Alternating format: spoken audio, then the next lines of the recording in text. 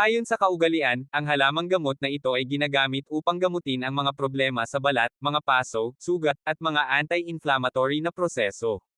Bukod dito, ang aloe vera ay nagpakita ng iba pang therapeutic properties kabilang ang anti-cancer, antioxidant, anti-diabetic, at anti-hyperlipidemic. Ang aloe extract ay naglalaman ng mga sugars at phytochemicals na nagpapahusay sa pagkamayabong ng iyong lupa at naghihikayat sa paglago ng halaman. Ang aloe vera ay isang natural na pestisidyo. Ang mga peste sa hardin ay hindi nakakaabala sa mga halaman ng aloe vera dahil sa mataas na konsentrasyon ng aloin sa kanilang mga dahon. Ang aloe vera ay malawakang ginagamit para sa mga nakapagpapagaling na katangian nito at mga benepisyo sa balat.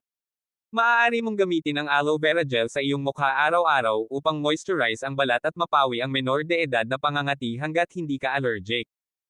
Ayon sa kaugalian, ang halamang gamot na ito ay ginagamit upang gamutin ang mga problema sa balat, mga paso, sugat, at mga anti-inflammatory na proseso. Bukod dito, ang aloe vera ay nagpakita ng iba pang therapeutic properties kabilang ang anti-cancer,